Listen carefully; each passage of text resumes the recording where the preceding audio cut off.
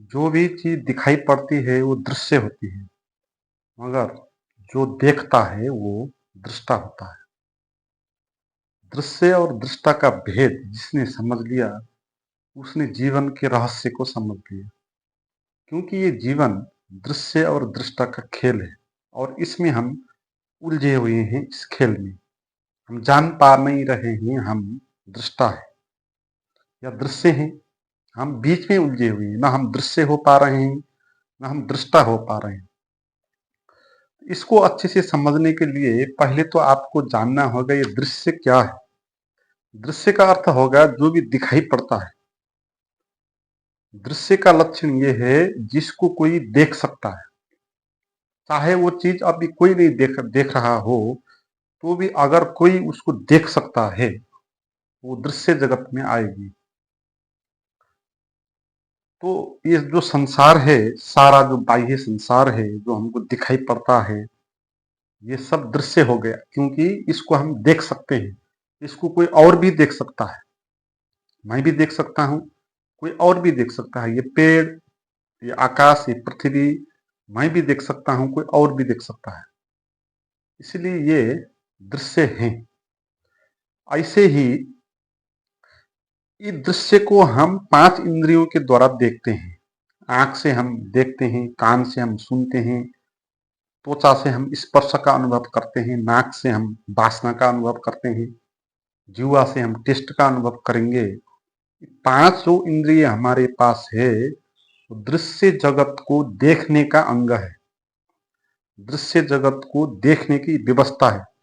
जो चीज आंख से दिखाई पड़ती है वही दृश्य नहीं होता, या जो चीज हम आंख से देख नहीं सकते वो आंख से देख नहीं सकते वो चीज भी होती है। जैसे आवाज को हम आंख से देख नहीं सकते, इसका मतलब ये नहीं कि आवाज नहीं है, आवाज है, मगर आवाज को ग्रहण करने के लिए हमारे पास कान है। इसलिए कान से जो हम सुनते हैं, जो आवाजें हैं, ये भी दृश्य की कैटेगरी में आते हैं। दृश्य का जो आंख से दिखाई पड़ता है वो ही नहीं होता। 5 इंद्रियों से जो भी हमको अनुभव होता है वो सब दृश्य होता है। तो ये दृश्य उसको हम कहते हैं जिसको कोई देख सकता है, कोई और है। ये अपने आप को ये देख नहीं सकते, इसको कोई और देख सकता है।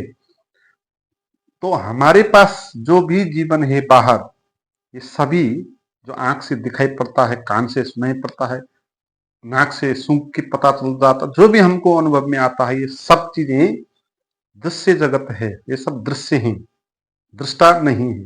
क्योंकि ये और किसी चीज को देख नहीं सकती, दूसरे इसको देख सकते हैं। और हमको ये पहचान करना है कि हम दृश्य हैं कि हम दृष्टा हैं। हम जिसको मानते हैं मैं, यह शरीर, ये शरीर क्या दृश्य है या क्या दृष्टा है? क्या हमारा शरीर दृश्य है या दृष्टा है? हमारा जो शरीर है इसको हम देख सकते हैं, है ना?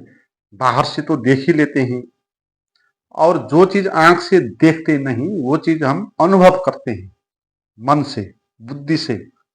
ये वृत्तियों का अनुभव हम करते हैं। तो इसका अर्थ ये है ये शरीर भी दृश्य है, इसको भी कोई देख सकता है ना? और आपका शरीर आप देख नहीं सकते हो तो भी दूसरे तो देख सकते हैं ना, इसलिए ये दृश्य हो गया। आपके पीछे का शरीर तो आप आंख से देखते नहीं हो, इसका मतलब ये नहीं कि आपका पीछे का शरीर दृश्य नहीं है, ऐसा नहीं। आप नहीं देख सकते मगर कोई दूसरा उसको देख सकता है।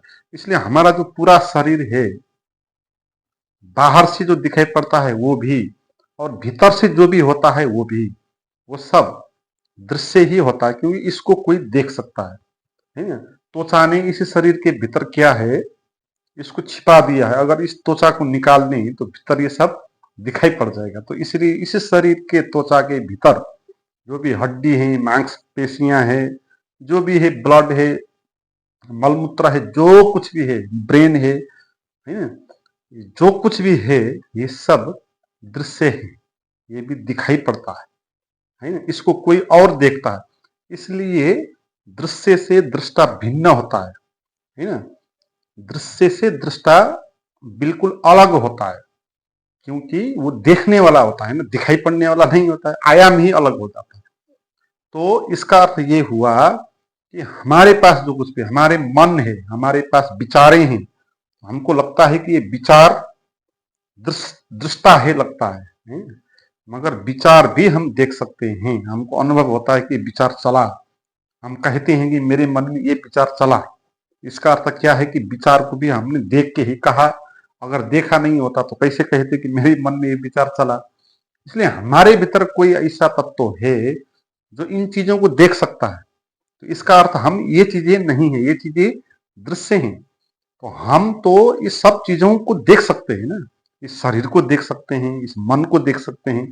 तो इसका अर्थ ये हुआ कि हम ये मन भी नहीं है, शरीर भी नहीं है, विचार भी नहीं है, भाव भी नहीं है, वृत्ति भी नहीं है, कुछ भी नहीं है। क्योंकि ये सब चीजें दिखाई पड़ती है, हमको अनुभव में आती है। तो इसको अनुभव करने वाला हमारे पास भीतर कोई और है? इसको देखने वाला हमारे भीतर कोई, हम वो हैं। मगर भूल ये हो गई कि हमने अपने को मान लिया, अपने को मान लिया कि दृश्य दृष्टा है, अपने दृश्य को मान लिया कि ये दृष्टा है। उस जो दृष्टा है उसको हमने जाना नहीं, हमारे भीतर जो है दृष्टा उसको हमने जाना नहीं। हमने तो जो भी दृश्य हमारे पास आया उस दृश्य को ही कह दिया कि यही सत्य है, यही मैं हूं, है। हमारे सामने ये शरीर है और हमारे सामने सबसे नजदीक, सबसे पास में ये शरीर है, और उसके बाद दूसरे का शरीर होगा, दूसरी चीज होगी। मगर हमारे लिए हमारा ये शरीर सबसे नजदीक है। मगर ये है तो दृश्य, दिखाई पड़ता है ना। मगर हमने इसको दृश्य की तरह नहीं जाना, हमने इसको मान लिया कि ये दृष्टा है या यही सत्य है, यही मैं हूं, है ना। हम इसको, इस शरीर को मैं कहते हैं, तो इसका अर्थ क्या है, हम इस शरीर को ही दृष्टा मान रहे हैं। मगर हम दृश्य हैं कि दृष्टा है, इसमें हम कभी भी चिंतन मनन नहीं करते। हम एकदम से दृश्य को ही मान लेते हैं कि वही मैं हूं, एकदम शरीर को ही मान लेते हैं कि वही मैं हूं। मगर यहाँ पर अपने को हम जो मैं कहते हैं उसी को हम मानते हैं मैं, है ना। हम अपने को क्या मानते हैं, मैं मानते हैं ना। हम दृष्टा मानते ना दृश्य मानते। दृश्य तो हम बन जाते हैं मगर मानते तो हम मैं को। हमने अपने को मैं कहना पड़ता है, समाज के कारण भी, बातचीत के लिए भी। और हम कहेंगे मैं को, मैं हूं, और मैं कहेगा शरीर को, है। तो हम सीधे ही शरीर को मैं तो नहीं कहते, हम तो मैं कहे थे केवल। मगर मैं अकेला तो नहीं टिकता, इसलिए मैं को टिकाने के लिए शरीर उसका आधार बन जाता है, और इसीलिए मैं शरीर बन जाता है, मन बन जाता है। तो इसका अर्थ है हम शरीर और मन बन जाते हैं। मगर हमने किसको मैं कहा, दृश्य को कहा कि दृष्टा को कहा, ये बात से फर्क पड़ेगा कि हम जीवन में सच में जी रहे हैं कि झूठ में जी रहे हैं। हम अगर दृश्य को मैं मान के जिएंगे तो हम झूठ में जिएंगे, वही भ्रम होगा, वही इल्यूजन होगा। उसी से ये सारे बंधन जो भी हैं संसार में, ये सब आपको होगा। मृत्यु का भी अनुभव होगा, भय का भी अनुभव होगा, क्योंकि दृश्य सच नहीं है, दृष्टा ही सच है। मगर दृष्टा को हमने जाना नहीं, हमने दृश्य को ही मान लिया कि वही सच है, वही मैं हूं। हमने शरीर को ही मान लिया कि वही मैं हूं। अब ये शरीर तो है दृश्य, ये दृष्टा तो नहीं है। दृश्य होने के कारण ये पैदा होगा, ये विलीन होगा, इसमें बहुत सारे संकट आएंगे, बाधा आएगा, बंधन हो जाएगा। तो फिर हम इस बंधन को भुगतेंगे और हम एक उलझन में जिएंगे। तो मैंने कहा आपको, वास्तव में हम न दृष्टा है न दृश्य है, हम है मैं। और मैं अकेला खड़ा नहीं होता, इसलिए हम मैं को टिकाने के लिए शरीर को कहते हैं। मैं कह देता है मैं शरीर हूं, मैं मन हूं। तो मैं दृष्टा हूं ये बात हम नहीं जान सकते। हम दृश्य को ही अगर मान लेंगे कि सच है, तो हमने जीवन को जाना नहीं। जो सच है, जो दृष्टा है, उसको हमने जाना नहीं। हमारे आसपास जो भौतिक जगत है, ये भौतिक जगत दृश्य है क्योंकि इसको हमारी इंद्रियां देख सकती है। तो हमारी जो इंद्रियां है ये बन गई दृष्टा, ये भौतिक जगत हो गया दृश्य। तो इस भौतिक जगत से हमारी इंद्रियां अलग हैं? सदा दृश्य से दृष्टा अलग होगा, अलग नहीं होगा तो देखेगा कैसे? इसलिए हमारी जो आंख है वो दृश्य से अलग होगी। पेड़ को आंख देख रही है तो पेड़ अलग होगा, आंख अलग होगी। तो हम अब दृश्य बाहर का जो जगत है वो है नहीं, क्योंकि हम उसको देखने वाले हो गए। मगर हमारी जो इंद्रियां हैं, जो आंख है, जो कान है, जिससे हम सुनते हैं या देखते हैं, इसको भी हम देख सकते हैं, नहीं? इसको भी हम जान सकते हैं। तो ये इंद्रियां को कौन जान सकता है? हमारे भीतर से मन जान सकता है, बुद्धि जान सकता है। इसलिए बुद्धि या मन अब दृष्टा हो गई, और ये 5 इंद्रियों के जो भी विषय हैं, अनुभव हैं, ये सब क्या हो गया? दृश्य हो गया।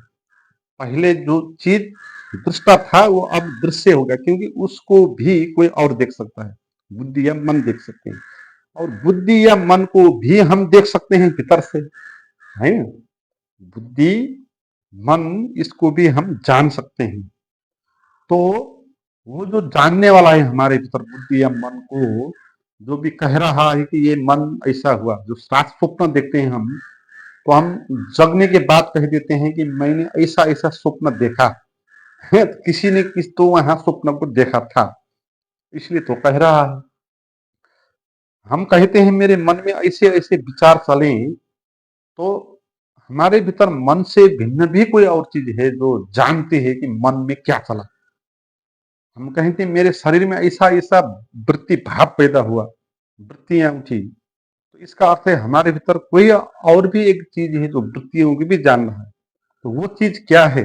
उसी को कहते हैं वो चैतन्य है, वो साक्षी है। तो इसका अर्थ क्या हुआ? अब इस जो भी चीजें हमारे भीतर पैदा होती है, मन में पैदा होती है, विचारों के रूप में, स्वप्न के रूप में, ये चीजें भी दिखाई जाती है, इसको भी कोई देख सकता है। तो इसका अर्थ ये भी क्या हो गया? अब दृश्य हो गया। और अब हम कहाँ आ गए? चैतन्य में, साक्षी में आ गए। अब इस चैतन्य, इस साक्षी को भीतर से कोई देख नहीं सकता, इसीलिए यही दृष्टा है। जहां तक दृश्य को, जहां तक किसी चीज को भी कोई दूसरा देख सकता है, वो चीज दृश्य होगी, है ना? इसीलिए बाह्य जगत दृश्य हो गया, इंद्रियां उसके विषय दृश्य हो गए, मन उसके विषय दृश्य हो गए, क्योंकि सब चीजों दिखाई जाती है, इसको कोई न कोई देख सकता है। मगर इन चीजों को जो देखता है, जो चैतन्य है, अब उस चैतन्य को कोई भी देख नहीं सकता। तो कोई भी नहीं देखने के कारण अंतिम वही दृष्टा है। तो दृष्टा दृश्य नहीं है ना? दृश्य दृष्टा नहीं है। दृष्टा सदा अलग है उससे जो दिखाई पड़ता है, क्योंकि वो देखने वाला होता है। तो हम क्या है? अब इसमें ये बात है, हम दृश्य हैं कि दृष्टा हैं? हम अपने को दृश्य मानते हैं। अगर हम मानते हैं मैं शरीर हूं, मैं मन हूं, मैं बुद्धि हूं, मैं ये जात का हूं, इस धर्म का हूं, ये शरीर हूं, है ना? तो हमने क्या माना? अपने को हमने माना हम दृश्य हैं, अपने को हम दृश्य मान लिया। मगर रियलिटी ऐसी नहीं है। हम तो क्या थे? दृष्टा थे, क्योंकि हम उन चीजों को भी देखने वाले थे, मगर उस चीज को हमने कभी जाना नहीं, उसको कभी खोजा नहीं। इस कारण हम अपने को दृश्य ही मान के बैठ गए हैं, दृष्टा की तरफ हम कभी आए ही नहीं। तो इस झूठ में हमको जीना पड़ता है। मगर जब आप जानेंगे, तो आपके भीतर, हमारे भीतर जो चीज भी अनुभव में आती है, उसको भी देखने वाला कोई भीतर होता है। तो उसको आप जब आप जानेंगे, उसका ध्यान करेंगे, तो आप इस सारा दृश्य जगत से अलग हो जाएंगे, हैं? क्योंकि भिन्न है, दृष्टा भिन्न है, दृश्य नहीं है। तो आप शरीर नहीं हो जाओगे, फिर आप मन भी नहीं हो, आप इस जगत का ही नहीं रहोगे। आप ऐसे हो जाओगे जो दिखाई नहीं पड़ते, जो छू नहीं सकते कोई, है ना? जो न आंख से दिखाई पड़ेगी, जो न कान से सुनाई पड़ेगा, न त्वचा से अनुभव में आएगा, न जहां किसी को दुख होगा। तो ऐसे दृष्टा आप बन जाओगे। वो दृष्टा ही परमेश्वर होता है, उसी का, उसका स्वभाव है, वो दृश्य नहीं है, वो दृष्टा है। दृष्टा होने के कारण वो केवल बोध है,